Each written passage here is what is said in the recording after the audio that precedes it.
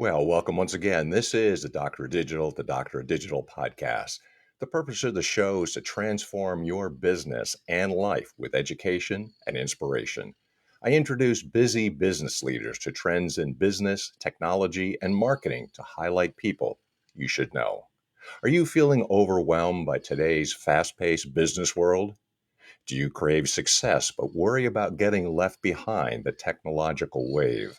Consider the title of my guest book, The Unfair Advantage: How Small Business Owners Can Use Artificial Intelligence. AI is currently a combination of affordability and ease of use, which means that small businesses can now compete on a more level playing field with larger companies. My guest today is a powerhouse entrepreneur, prolific author, and speaker who isn't afraid to delve into complex topics, from navigating artificial intelligence for business growth to fostering respectful dialogue across political divides. My guest has a unique perspective informed by his background in business, religion, and personal experience. Whether you're a seasoned professional or just starting out, my guest has wisdom to share on securing your future and achieving your dreams. So get ready to be surprised, challenged, and maybe even a little inspired by my special guest. During this episode, we'll do a deep dive into the changes and hot topics of building AI for small businesses. We will leverage the expertise of my guest and how to navigate the unique dynamics of the field. By the end of this episode, you'll be better equipped to know what to do, and I encourage you to contact my guest, Philip Blackett, investor and growth advisor who helps 6, 7, and 8-figure businesses grow their sales, profit, and exit value through dream business makeovers powered by artificial intelligence. With that, I want to welcome Philip to this program. How are you doing today? Doing great, Mick. Thank you so much for having me on here. You bet. So, when we first met, I'm going to tell you, I'd like to know a little bit about your background, but I don't even know where to start. So, maybe what you can do is tell us a little bit to get us interested and understand a little bit about your background. So, how'd you get started in the first place? Yeah. Born and raised in Memphis. When I went to school, as far as college in North Carolina, particularly in Chapel Hill, a friend of mine told me, "Hey, when you're doing your studies, Philip, you ought to look into politics and economics." Okay. I'm like, why? And he was like, "Well, if you understand how politics and economics work in Yeah. tandem, you understand how a country works. And if you're able to do that and add on business and investments, you better understand how the world works." Mm. So, as a young 19, 20-year-old, I thought that was sound advice. And that's what I did. I majored in political science and economics. I wanted to get involved in business. So, the first thing I did after graduating from college is I went to Wall Street.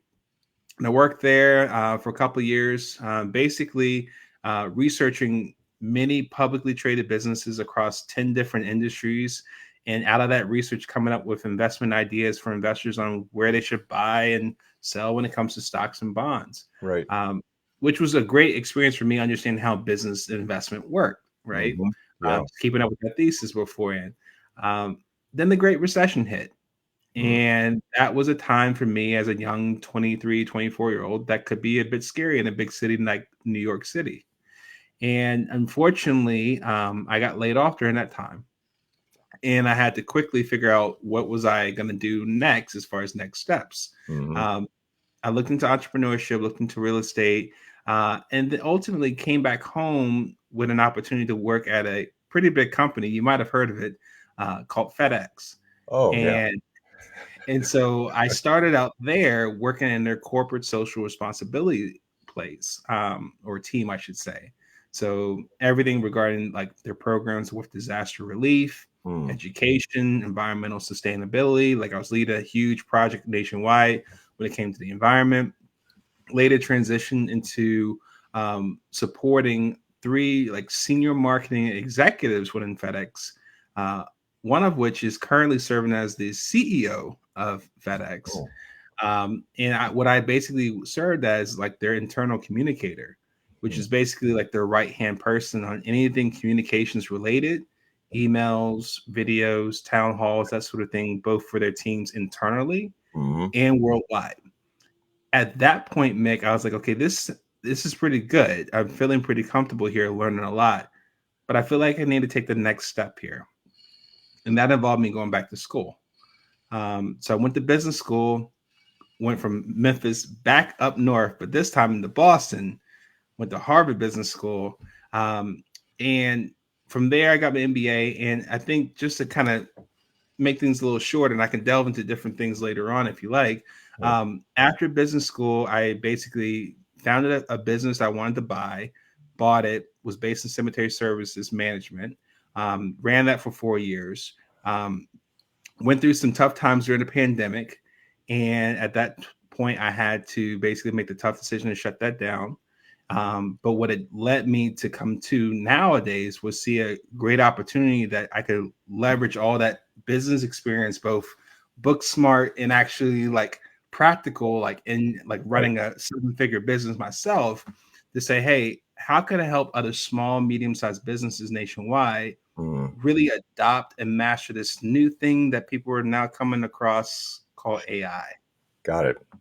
Understood. And just by the by, Memphis is a great town. So I tell everybody, go to Memphis. It's like unbelievable. If you like music, you're going to love Memphis. There's all kinds of great stuff there. So interesting to know, and a really interesting background. Seem very mature for a younger person who's 19, 20, 22 or so. That's got a lot of wisdom.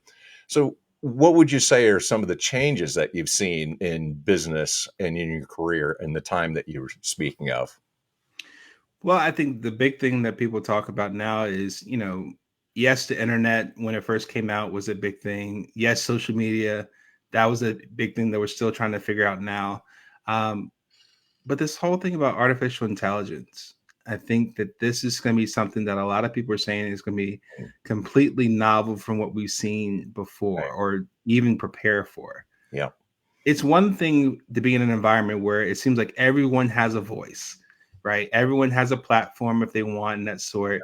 And you have people that are all individualized across all these different platforms and that sort, which makes it tougher to get a hold of people in their attention spans because they're so True. short now. That's right. I can compete with the next TikTok video. I just scroll down, right?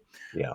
As opposed to artificial intelligence, what's really mind boggling about that is this is a whole new way for us to get work done and to get it done more effectively. Because Mhm. when I thought about business, when I was running my own business, if I wanted to get more work done, I had to hire another person or Yep. two or three, right? Right. Sure. Um, and especially the business I was working in there was more blue collar. Like we were literally like digging graves. So you couldn't necessarily ask Chat GPT to dig a 6x6 grave, 6 foot deep grave. You'd probably be disappointed. Yeah. However, though, every business has functionality to it that can be leveraged or Mm. even replaced by AI. Your content creation, your marketing, your sales, your back office, finance, operations, Mm. right?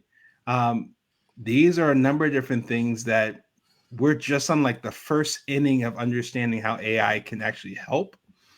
But the challenge that comes with that is how do you get people that are so immersed in one way of doing business Right. to know of this train that's coming Yeah. in front of them? And it says, hey, you didn't need to know how to hook yourself onto that train and just go with it or risk getting run over by it. Mm. Okay. And that's really, I think, the biggest challenge, helping business owners understand the opportunity in front of them and help them take advantage of it and not get replaced by it. Yeah, there's an expression I've heard that if the horse is going in one direction, get on the horse and just ride it out because it does remind me of what you're just suggesting about AI. This is a hot topic and something that people need to be aware of, or they're going to get run over, right? So get out of the way or get on board. Could you just talk about some of the things that now this is a hot topic AI, but could apply to business owners? What should they be doing and what should they be thinking about now in order to apply? Because your thesis is how does the small business compete using AI? Yeah, so I think the big thing that comes off top of my neck is one, understand that AI can be an opportunity for you. Mm. It's only a threat if you don't take advantage of it. If you don't take the opportunity to learn from it and see how you can apply it in your own business. I think I've come across a number of business owners that want to stick their heads in the sand like an ostrich and say, AI doesn't exist. AI doesn't exist. I'm just gonna keep doing things the way I did it 40 years ago, right? But that's kind of the same thing of any new technology. They call it creative destruction. Is like as one new technology comes into play, it makes one previous one more obsolete, and the people that keep on with that technology obsolete with it. Right. Right.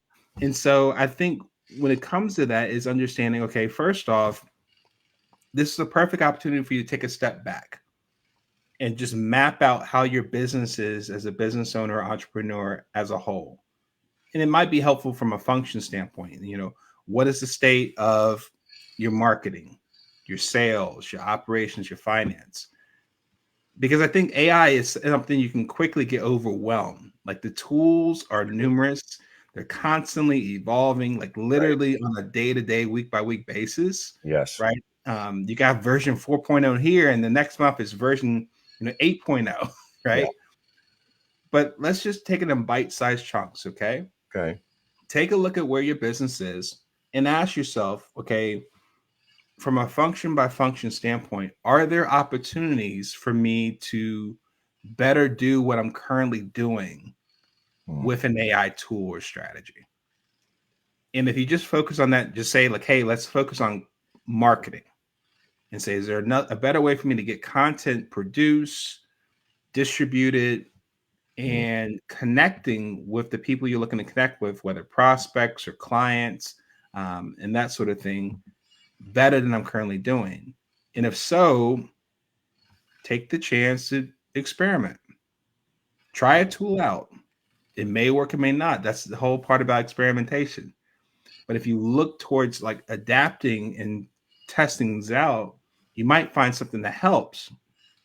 And then find somebody within your team, if not you, that can learn what that tool is or that strategy and be that person that gets like well versed or educated in that space. Hmm. And if you do that as like not just as a fad, but it just this is going to be part of my ongoing thing. I'm going to focus on marketing, and then next time I'm going to look at sales, I'm going to look at finance, look at operations. Just repeat that same process. You'll get yourself to a point where a year from now you'll be in a much more adapting place of what AI has to offer. Hmm. That can significantly separate yourself from your competition. That's simply just trying to understand what ChatGPT is. Right. It's a interesting phrase or expression I've heard. If there was a time of Henry Ford and people asked what they actually wanted at the time, what would they ask for? They would ask for faster horses. Exactly. Right? And what Ford was able to do is to say, well, it's going to disrupt the whole transportation industry. I'm going to build cars. And it's not necessarily what people are asking for, but he had enough vision to see what actually people wanted and needed, but they didn't exactly know what they wanted or needed. Right. It's similar to like Apple, right? When the iPhone came out in 2008, you know, we were having like flip phones. Yeah. And it's just like Steve Jobs probably didn't survey the audience and say, hey, how do you want a better flip phone? It was more like, I want to come up with something that combines your phone, an internet browser, and a music player. So Mhm. instead of three different devices, you now have it all in one. But if you would ask the audience, they probably would never have thought of that. So sometimes that was like our Henry Ford moment as well. Just say, hey, we got to come up with something that people haven't foreseen and just let them respond to it. And I think that's very similar with AI. Yeah, that's something I notice about Apple products in general too. They seem to anticipate what we want or we need, even if we don't know it. It's part of their design strategy. They have design user-friendly objects. And I say go back in the day, it was even difficult for us to have a camera in the first place, right? Now we got cameras everywhere because people are carrying them around with them. So I've seen the development of cameras. It was hard to get, not that many around, fairly expensive. And then all of a sudden, we've just combined all of these instruments into one. Could you talk about what your expertise is and what it is that you do? What's the process like if someone would work with you, and what you're suggesting about a small business using AI more effectively? Yeah, so I think one of the things that's helpful is you can go across this journey two different ways.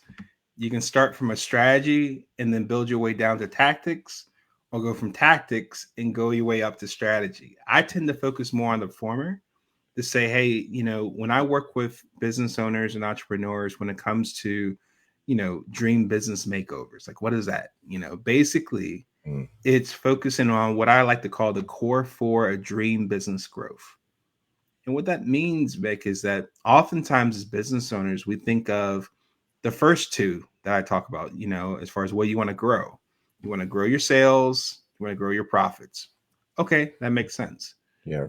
The other two that come off is more of taking gross sales, grow profits, but more of a long-term basis. The gross sales and grow profits more of a short-term, let me do this in this fiscal year or Okay. next year compared to the previous year, that type of focus. More long-term is kind of similar. The other two grows are grow via mergers and acquisitions Mm, and grow exit value. And what I like to do with business owners is basically just have a sit down and say, hey, on this quadrant, grow sales, grow profits, grow it by M&A, grow exit value. Which one of these four is most important to you now? mm, And then once we make progress on that, which one is the next one you want to work on next? And so once we get a sense of what that business owner entrepreneur wants to do, then we start to dig into it more of a consultative standpoint from my end to know more about the business, where are they at currently, where are they trying to grow at, and figure out what's in the way. What obstacles can we target or attack or get rid of? And how can we enhance that business's skill set or opportunities? And mm, that's where once we dig deeper on that, then we start to say, okay, what's available to you currently? Right. And then from there, think about what can we add to the plate here that can help enhance that. And oftentimes now, this is where AI can come into play, because maybe it might be something where you say, hey, Philip, I want to grow sales. I just don't have the bandwidth. I just don't have the sales force. Okay, well, there's one option. We can see if we can partner with a company that has that sales force that we can work together with. You can hire people and right. basically hope and pray that they work out. Yeah. Right. Um, or another option could we look at an AI tool that could essentially be part of your sales force?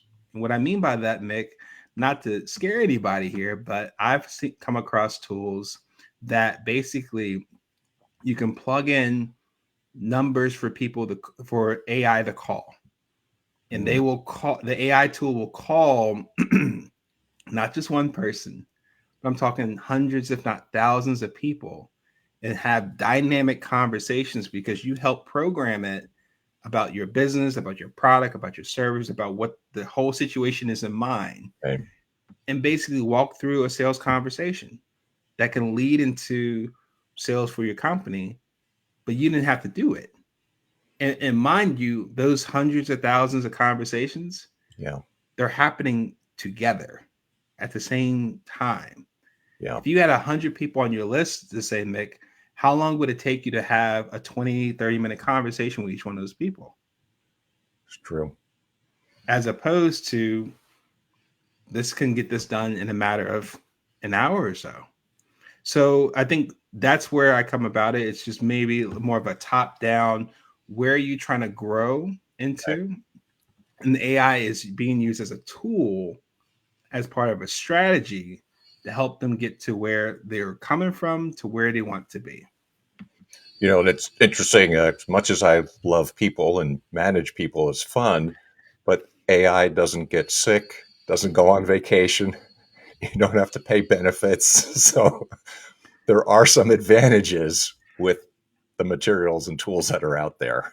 Listen, as somebody who has been a business owner that has been responsible for recruiting people, Yeah. hiring people, Yep. training people, and even having to lay off or even fire people, um, I resonate a lot with that, Mick, because at the end of the day, we are all human, and what comes with us being human is that depending on the person, you're right.